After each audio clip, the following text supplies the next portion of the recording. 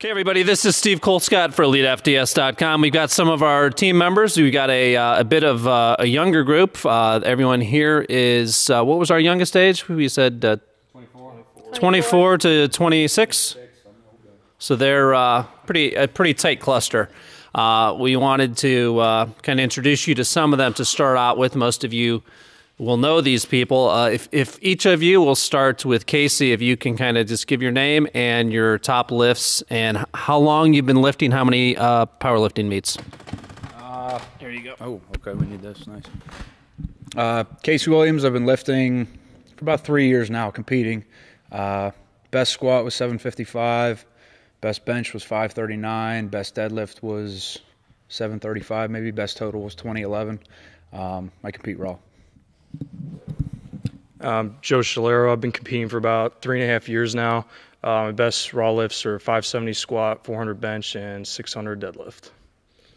We put Alexander on the spot because he is a training expert but has not competed. Just kind of introduce yourself.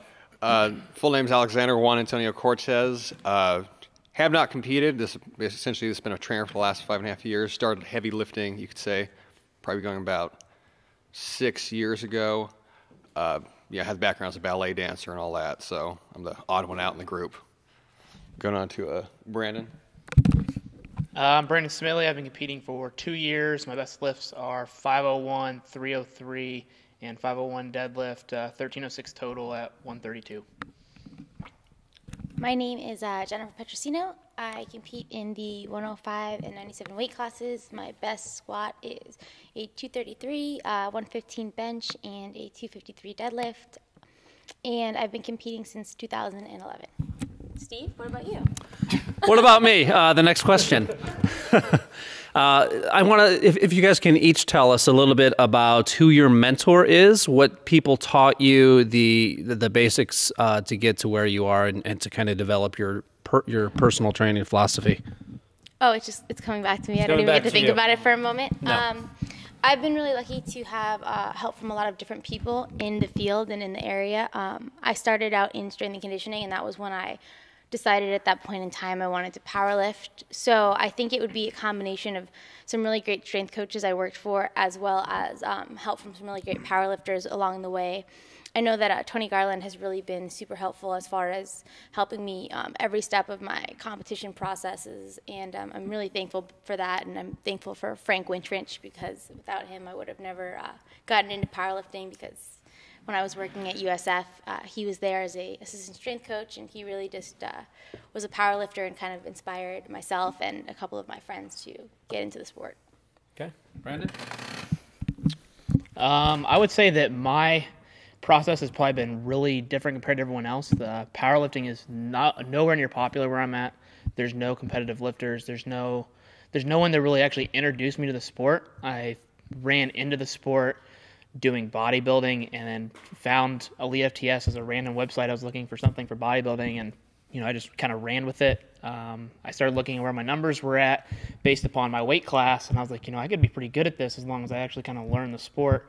So I took the time to actually read, understand programming, see who was good, who was doing what in my weight class areas, and I kind of took my learning process that way, and then all the stuff that elitefts provided gave me the best role to get going, and then I started reaching out to people that were in the sport. So the closest people to me at the time, when I started getting really serious, was Julia and Matt Ladusky, and they invited me up to come train a heavy bench session with them, and that made a night and day difference in my bench press alone. And then I went and competed, took some stuff, came to the Learn to Train seminars where I could actually get the best lifters to hands-on, show me where I need to be in positions, and discuss programming. So I guess you could say directly that it was elitefts and Dave and everyone that's involved with the site is what really got me going. But more as of recently, my programming's been from Brian Carroll, so I would say that Brian Carroll's been a huge mainstay of my success and keeping me healthy. And then just, again, the rest of the team members that I'm now a part with, they're always helping me out through social media and videos and stuff. So my path was different, but I think learning it myself was a very individual way to learn my body, and then getting people to show me what could help me the best. My introduction to the sport was it was off from, I guess, what would be typical. I was dealing with this back in about 2008. I was dealing with a lot of injuries from ballet that pretty much left me like walking around with a cane for a while. And I was looking for something to just get back to movement capacity, as I called it. And I came upon essentially this powerlifting since I was just looking for ways to just be, strong general. And I'd say probably the first great resource I had was Marty Gallagher. This going through a lot of his articles, and then that, by chance, it led me to elitefts, which I realized reading a lot of Tate's work, since he was dealing with his, whatever his litany of injuries was at the time, that I could come back, or at least I could rebuild myself. And then over the period of years I got in training, EFS just became the primary, it's essentially educational resource. I used to guide my own training and that of my clientele. Now in the past, year or so, I've really become really reliant upon John Meadows, obviously working for him now, as being one of the biggest training influences. And, obviously it always circles back to, the elitefts crew. So a lot of it, I guess you'd say tied in with like my movement background, just having the dancing stuff that I did. But, part of this, the philosophy of training to be strong and training to move, myself, it fits together pretty nicely. Although it is, again, atypical, so. So kind of similar to the way with Brandon said, when I started competing, it was just by myself. I didn't really have anybody helping me directly, and I learned a lot from just as I looked online, found elitefts, started reading the articles, started learning more, and was kind of just working with things on my own. I started training for powerlifting because I was recovering from some health problems and just wanted to pick a goal to train for. And then over time, I started going to some seminars with the Ledusky's, started coming to learn to train, met the Ledusky's, they helped me a lot, met Buddy Morris. I had a chance to meet J.O. Holdsworth, and I worked for him for a while, and I learned a lot training with him.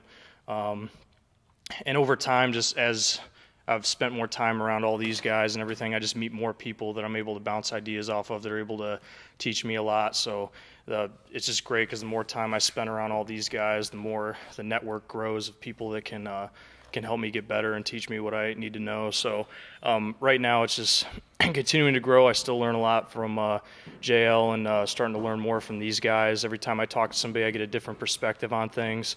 And then also now I'm training with another crew of people in Ohio at Duke's Iron Zoo, so they've been helping me too. So it's, as more time goes on, just getting more opportunities to learn from different people. So that's been really helpful.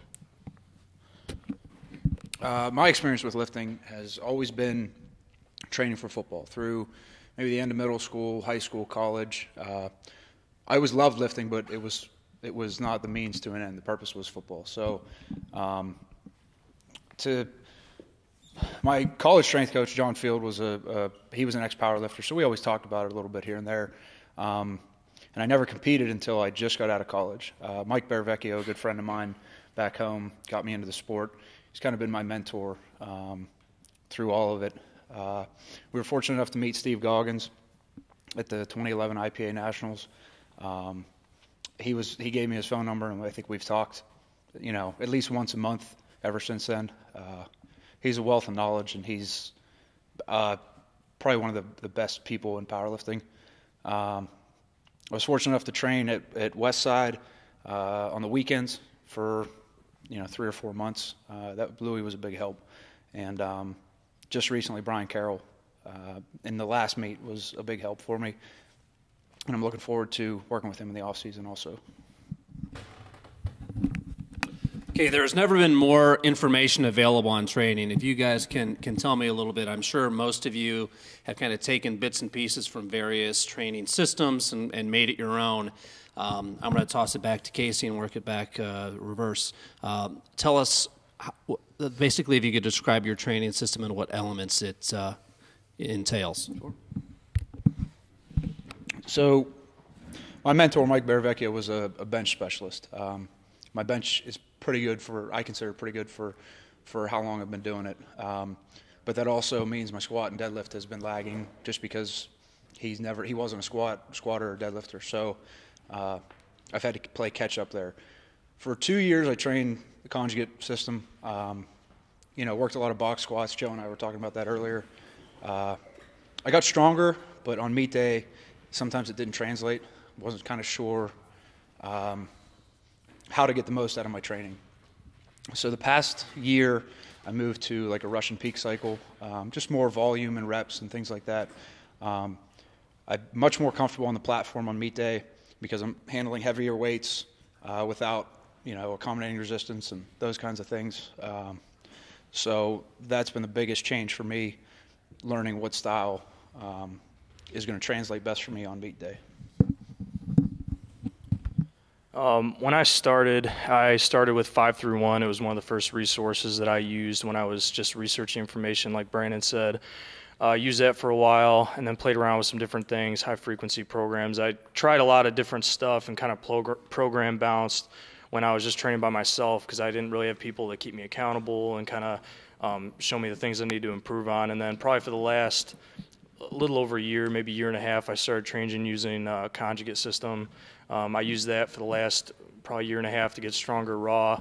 And I had tried conjugate before a couple years ago when I was training by myself, and I basically, kind of like what Casey and I was talking about, was basically figured out all these things that I was just assuming and doing wrong. And then as I understood the system better, I learned how to make it work for raw lifting. And then now as I'm starting to train in gear, learning the differences, the things that need change. So kind of learning that it's not as simple as just pulling a template off the internet and just doing whatever the template says, but like learning like the conjugate system only works if you understand it correctly.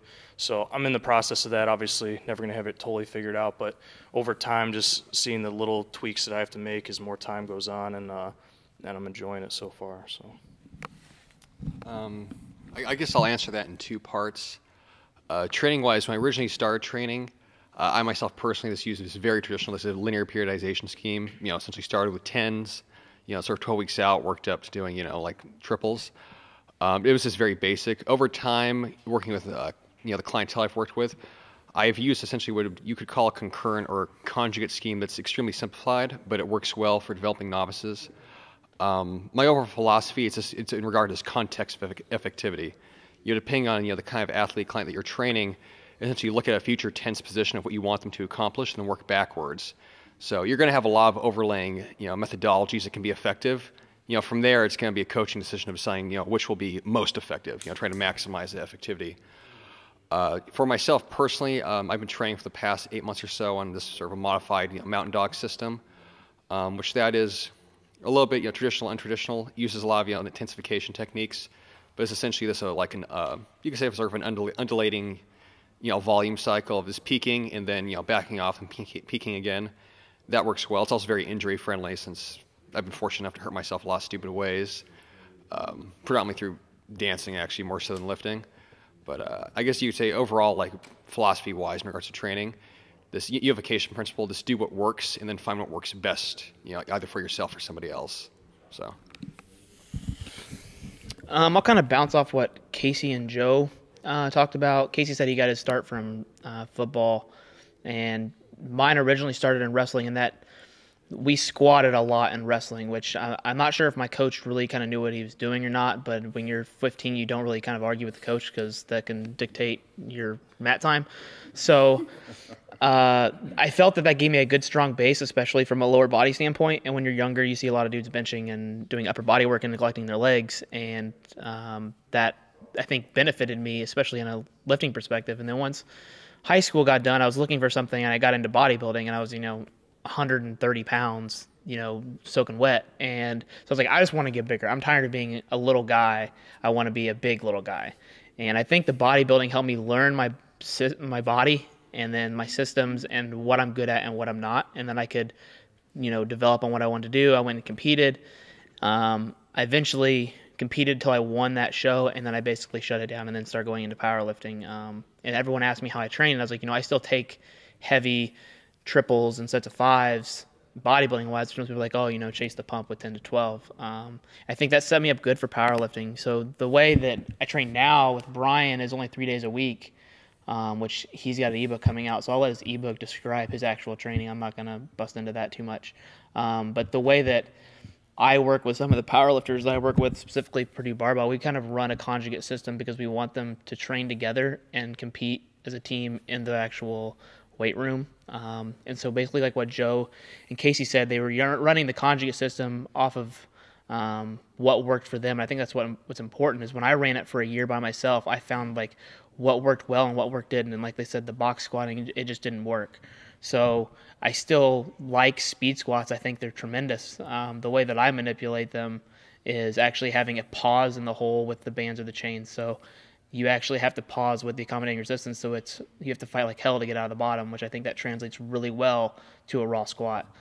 Same thing with bench. I believe that the speed should actually kind of be paused on the chest because you have to pause it in competition, so that works on your rate of force development off the chest.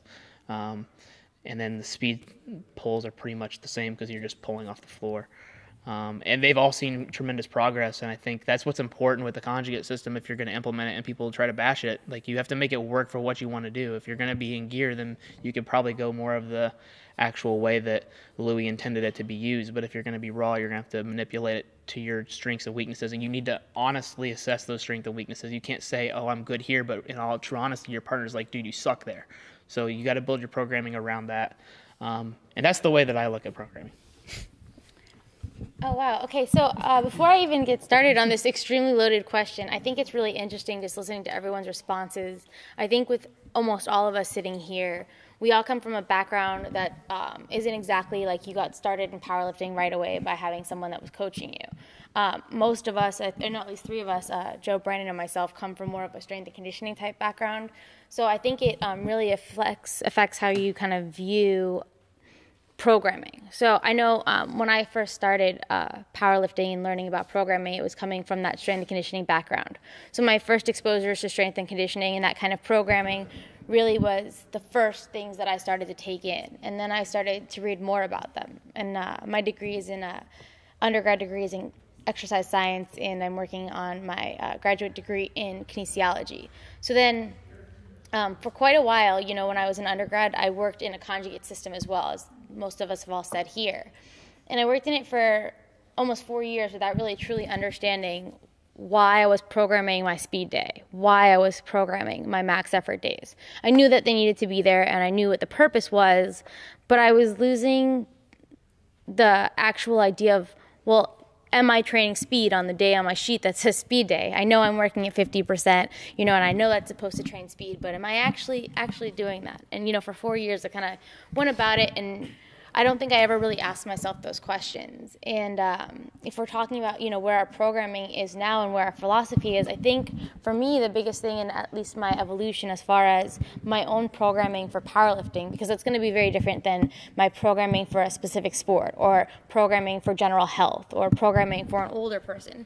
Like, all of that's going to be different. But, you know, for myself, and I think that you can, this is maybe one of the one things you can apply to everyone, is I decided the most important thing was deciding what trait did I want to train, and then truly understanding, like, so what actually is that trait? If I say I want to train, you know, speed work, and I'm no longer moving something fast, am I truly training speed work, even though it says 50%? And probably not.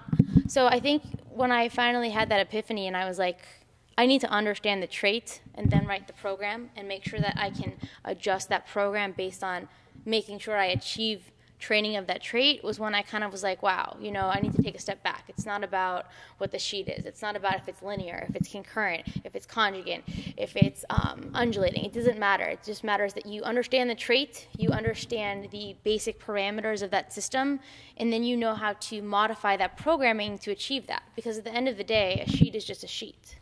And when you get to a level of training and lifting that becomes more advanced, you can't just follow the sheet and expect to see gains, because at that point in time, you're past that. You're past that anything is going to work.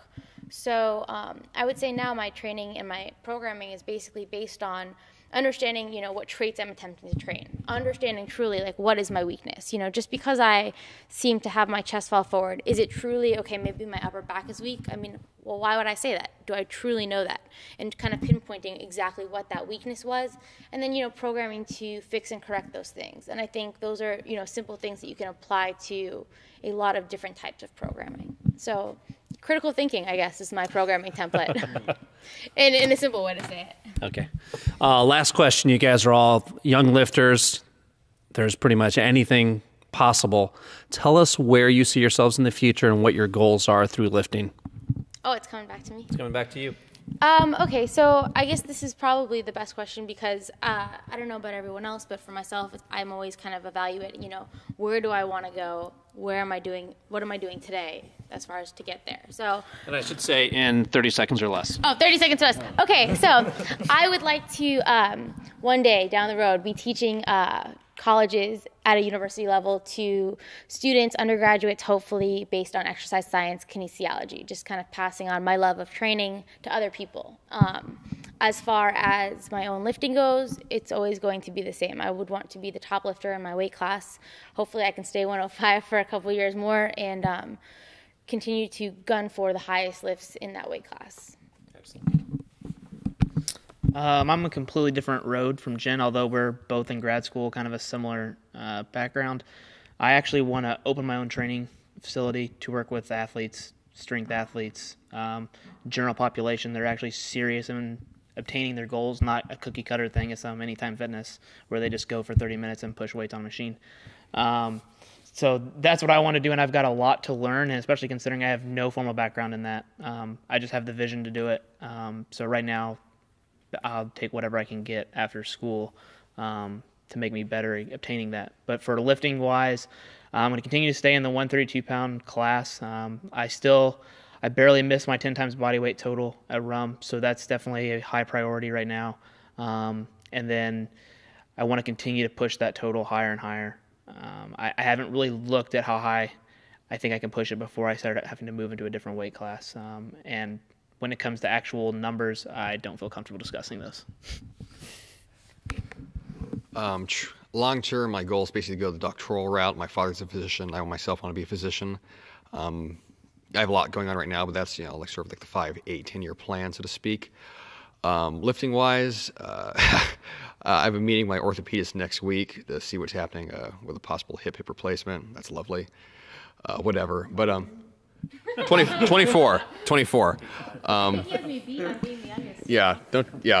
do stupid shit.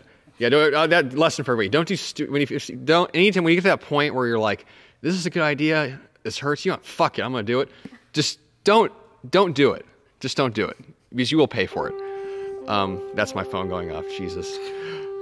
So long term, I'm gonna keep lifting. I'll probably be competing in the fall. In a mankini physique, obviously working for John with briefs and be a geared, competitor. And obviously just keep getting stronger. This is a lifelong process. I wouldn't say I have any set goal. It's just, I love it. I'm always going to be doing it. And hopefully one day it will kill me and, I love it for it. So. It's going to be hard to beat all that. But competitive wise, a big goal for me is obviously I have short-term goals, in terms of rankings and lifts and PRs. But a big goal that I have competitively is to have longevity. We're all very young. And some of the things I really look up to with Brian Carroll and Adam Driggers and some of the other guys in the team is the longevity they've had in the sport. And despite it, it's not like they've been injury-free. They've worked around stuff, and it's made them now really good coaches. So that's something that I want to have longevity in this sport, and make slow, steady progress over the course of the next 15 years. So that's kind of the big picture goal competitively for me. And then from a professional standpoint, I have my master's degree in exercise physiology. So to learn how to get better at coaching people and teaching things. And, I just organized a strength and conditioning seminar at the university I work at, and I had Brandon there to help, and doing things like that and facilitating a lot of college students, especially strength and conditioning students, there's so much information that they're not getting. So being able to provide that to them, and even if it's not me directly, but facilitating that in any way I can is a big thing for me. So as I grow, I'm starting to compete in gear now. I have goals with gear, and then I want to go back and do stuff raw as well. And then and over that time, as I learn over the next however many years, be able to learn a lot to translate and give to other people. So that's kind of the big picture goal without going into specifics. I don't know if you know this, but you're not allowed to go gear and then back to raw. Sorry. They don't allow that. I have to turn in my raw card. Nice. We should do that. Short term, in the 242 raw class, I want to be number 1 in the world, and I want to hold the all-time total in the 242 class. Long term, I respect the hell out of Steve Goggins, but I don't know if I could step on the platform at 50. I want to have a good career. I want to be able to walk away on my own terms and, like Steve and the rest of these guys, give back, everything that I've gotten out of it. Thanks, guys.